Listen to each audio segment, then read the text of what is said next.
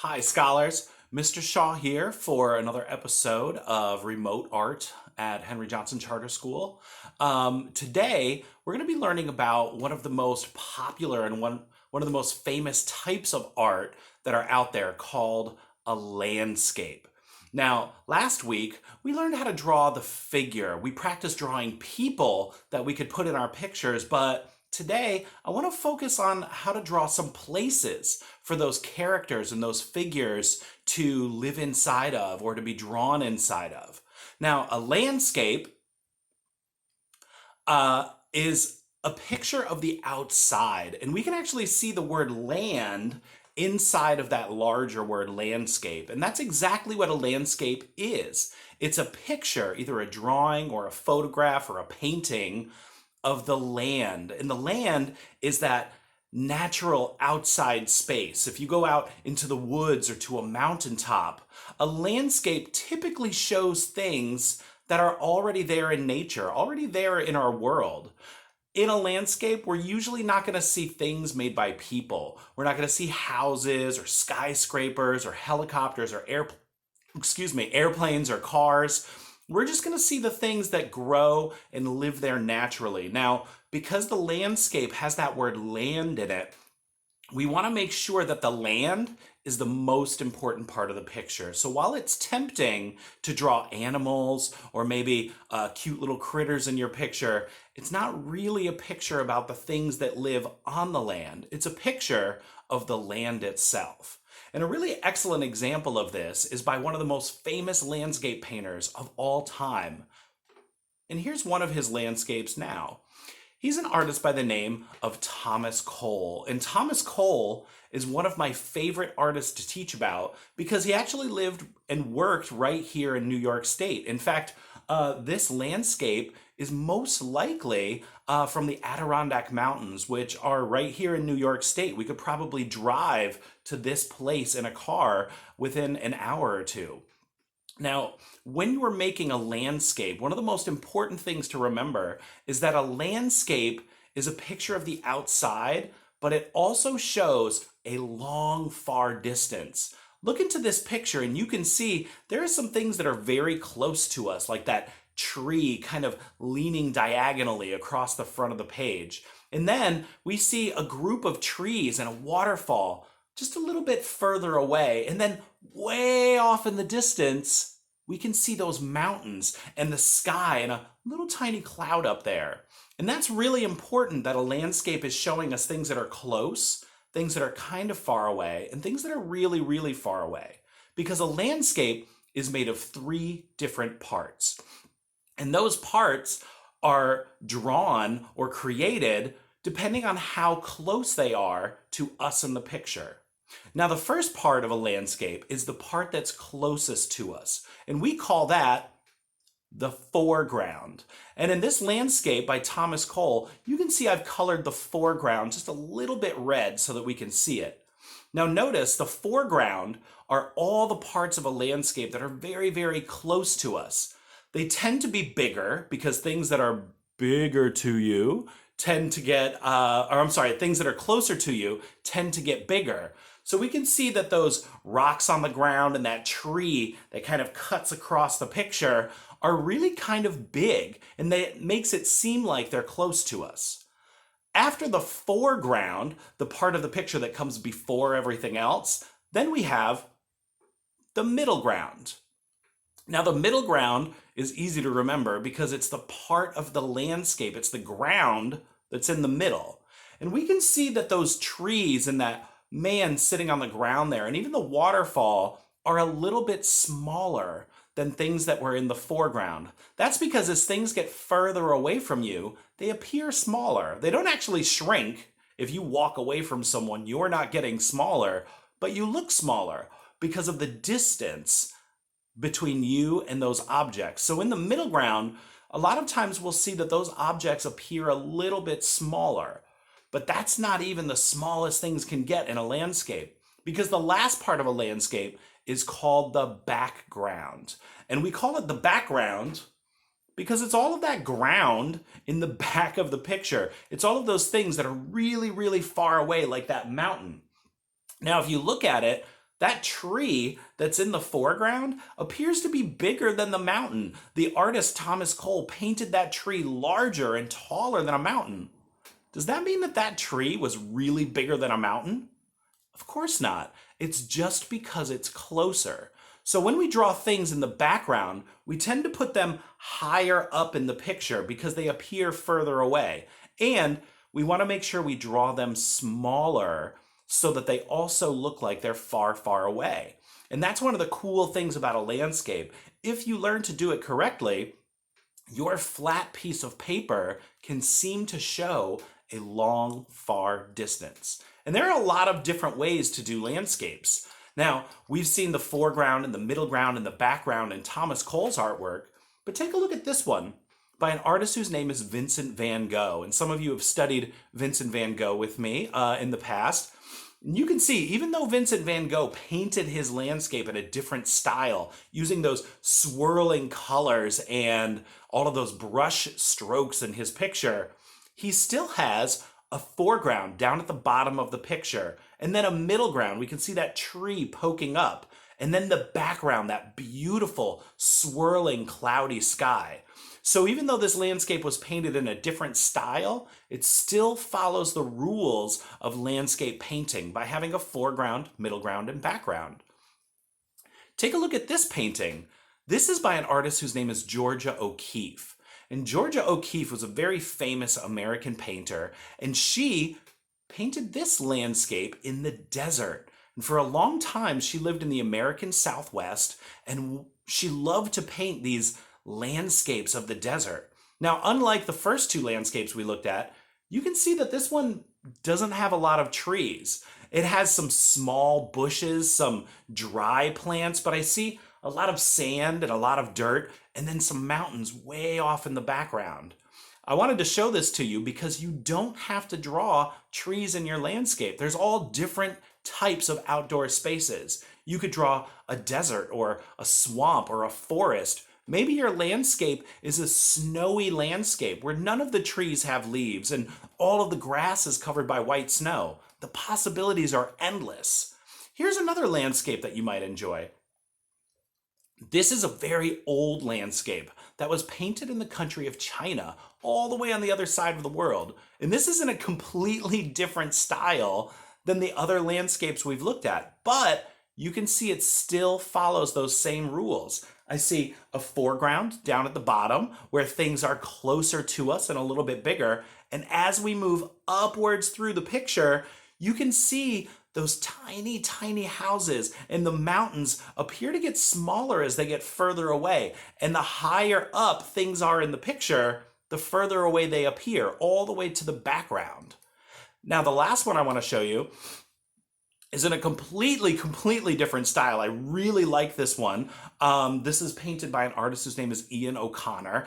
And, excuse me, you can see that the colors in this landscape are really wild. They're amazing. I've never seen trees in the sky and grass, all of those brilliant rainbow colors. But believe it or not, this is actually a pretty good example of a landscape. We can still see that ground down at the bottom, the foreground, appears very close to us. Those trees that are a little higher up in the middle ground appear to be kind of far away. And then all the way in the background, we can see those faded, almost foggy colors of the background, making it look like there's more forest even further away. Now, the last one I want to show you is actually kind of a weird one. And this is by an artist whose name is Salvador Dali. And Salvador Dali was an artist who liked to paint his dreams. And this is a dream landscape. And we can see those strange melted clocks kind of flopped over that block and flopped over a tree branch. This painting is called The Persistence of Memory. And it's a really interesting one, but it's still a landscape. We can see those melted clocks in that rectangle shape very close to us at the bottom of the picture and big. Those are in the foreground. Then we see all that brown dirt in the middle ground up to the edge of that water. And then we see a little outcropping of rock in the sky forming the background. So even if your landscape is not a realistic one, even if it's just out of your imagination or maybe a dream, you can still make it a landscape by just following that rule of creating a foreground, middle ground, and background. So up next, I'm going to be showing you how you can create your own landscape just by drawing those three different parts. It seems really overwhelming at first, but as we do it step by step, you'll find that you can create a large space. You can make it look like a long distance on your piece of paper by using these steps. Stay tuned and I'll show you how. All right, scholars. So now that we've learned a little bit about landscapes and we've learned how they're a picture of the outside that shows a long distance, let's go ahead and do that assignment here in Seesaw. It's called Art Landscapes. And when you're ready to get started, click Add Response. I'm going to choose the sample student, and you're going to want to use the drawing tool. Now, if you're drawing your landscape on a piece of paper and you'd like to take a picture of that, you could do photo, and I'll show you a way that you can do it through the drawing menu, but let's start here for today. Now, the first thing I want to do is I want to get my marker, and I'm going to choose a color that I like to draw with. I like to draw with a grayish color. It makes me feel like I'm drawing with a pencil. And since this is a landscape, remember your landscape needs to have a foreground, a middle ground, and a background. Now, the easiest way to do that is to actually just draw some lines for those three grounds. So I'm going to draw a line along the bottom, and that's going to be my foreground. It doesn't have to be a straight line, but this is the ground, and this is where I'm going to put maybe some of those things that are a little closer to me in the picture than everything else. Then I'm going to draw a middle ground. Now, I want my picture to be kind of outside in a hilly area, so I'm going to draw some hills. Your picture doesn't have to have hills. If you're not sure what your landscape should look like, you can absolutely, with the help of your parents, you can go onto Google and you could look up a landscape photo. And maybe that will give you some photographs or some pictures to look at while you're drawing your landscape, maybe to give you some ideas. But remember, never ever do a Google search and just type in words for fun unless you have a parent there to help you out and make sure that you're looking for the right kinds of things. So I have a foreground now, I have a line for my middle ground. Now, usually the background in a landscape in those long distance outside pictures, if my background only had a low ground, I wouldn't be able to see it behind these hills in my middle ground. So I'm going to make my background a couple of tall mountains here. And I'm going to have these mountains go almost all the way up to the top of my picture. And even now, this looks kind of like an outside space, but it's missing some detail. It's missing some of those things that make a landscape look like a landscape. So since I'm outside, I'm going to put some grass on the ground. And I'm just going to add some little lines. I don't need to draw every blade of grass that's in my foreground, but I like to just do little lines and little marks to make it look like grass here on the ground. Maybe I want to have a tree in my foreground. I think I'm going to make a tree over here. Now, I don't want to make a little teeny tiny tree down here because that's going to look like a baby tree. It doesn't look like that tree is really, really close to me. So I'm just going to undo that with my undo button. And this time I'm going to draw a tree that's much, much taller. Now, those of you who have learned how to draw trees from me before might remember that the best way to draw a tree is to actually start out with a winter tree, kind of a bare tree, where you're just drawing the branches first. Because if you actually look at a tree in real life, you can still see some of those branches peeking out. We want to avoid what I call a lollipop tree, a tree that looks like this. Those are okay, I guess, if you're drawing a cartoon or if you just want to draw a tree quickly. But really, if you want a nice natural looking tree, start out with that winter tree shape. And then on each of those branches, then you can give yourself kind of a bumpy, leafy shape. I even like to draw little tiny leaf shapes in there as well, just to make my tree look a little bit more like a real tree. And real trees kind of grow in clumps and lumps, and no two trees in the world look exactly alike. Those branches grow a little bit differently for every single tree. So I'm just going to give it some just little curved lines to look like leaves in here. And now I have this nice big tree in my foreground See how it's touching the ground all the way down here at the bottom. Now, if I wanted another tree in my picture to look a little further away, I could add it over here, but watch what I'm going to do. Since it's a little higher up and it's in my middle ground, it's going to be a little bit smaller. Now the bottom of the tree is a little bit higher up in my picture. That's where that tree is planted. So as I'm drawing it, it's a little higher up, and this tree is a little bit smaller than the tree in my foreground. And doesn't that tree look like it's further away now? Like it's kind of a long distance away? Absolutely. Maybe that tree is next to a small pond. Maybe there's some water over here. I like to have some water in my landscapes. And maybe there are plants like cattails growing in that pond. Maybe there are some little lily pads in that pond as well. I could even have some other trees here in my middle ground. And I'm going to make these kind of like evergreen trees or pine trees. And I'm going to make them even smaller than this tree that's in my middle ground. See how they're a little higher up and they're even smaller. And those trees look even further away. I can have some way back here in my background. And those trees look really, really far away now. After that, in my background, maybe these mountains have a little bit of snow on the top of them. Sometimes mountains, when they're very, very far away, those high peaks, that's what the top of a mountain is called. Sometimes it's so cold up there, there can be snow on it, even if it's not the winter. Now, I think this looks like a pretty good landscape. I could add extra details. Maybe there's some rocks in my foreground, or maybe there's a little patch of flowers growing on the ground. It can be any kind of landscape you want. Remember, you could do a desert, you could do a wintry landscape, or a swamp, or a jungle. But I like this landscape painting. My drawing is looking pretty good right now, but I should definitely go in, if I have time, and add some color. So I'm actually just going to color this very, very quickly. And when I color, I like to use this highlighter tool, and I'm going to show you why. When I'm using this highlighter tool, it's actually pretty easy for me to color right on top of my lines without messing up my drawing.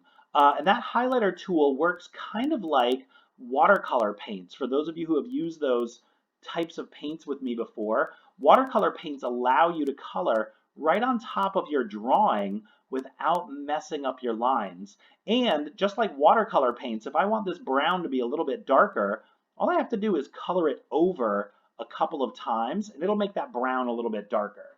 So I'm going to go pretty quickly here and try to color some of my picture. And while I'm doing this, I want to be really careful that I'm coloring inside the lines. I don't want to go too fast and scribble over my picture. I am going outside of the lines a little bit because it is kind of hard to color with a mouse.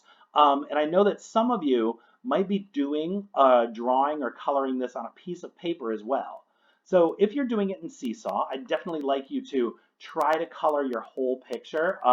You even want to color that sky, all of that negative space that's kind of behind your tree and in between those branches all the way down to the mountains. And you want to color that sky, that negative space, all the way up to the top of your picture to make it look like your picture is finished.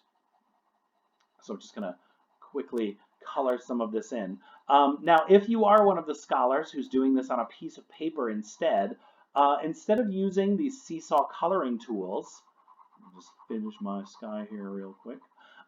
You can actually go to this camera icon over here on the left.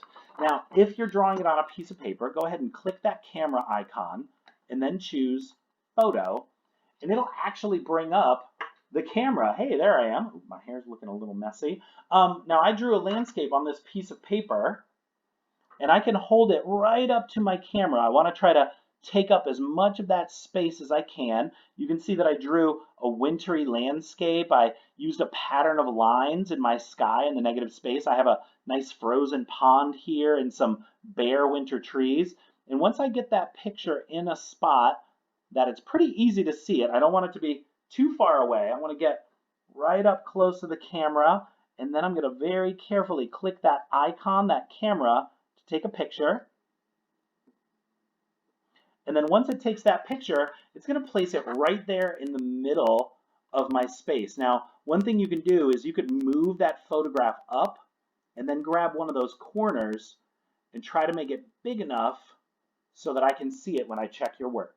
So whichever way you choose to do your landscape is okay. You can draw it on a piece of paper or you can draw it with the Seesaw drawing tools. But I can't wait to see your landscapes that have a foreground, remember down here at the bottom, a middle ground in the middle where things are a little bit smaller and higher up in your picture, and make sure that you have a background, that part of your picture, your drawing, that's all the way near the top, and things tend to be smaller when they're back there. I can't wait to see your landscape drawings, and I'll see you next time.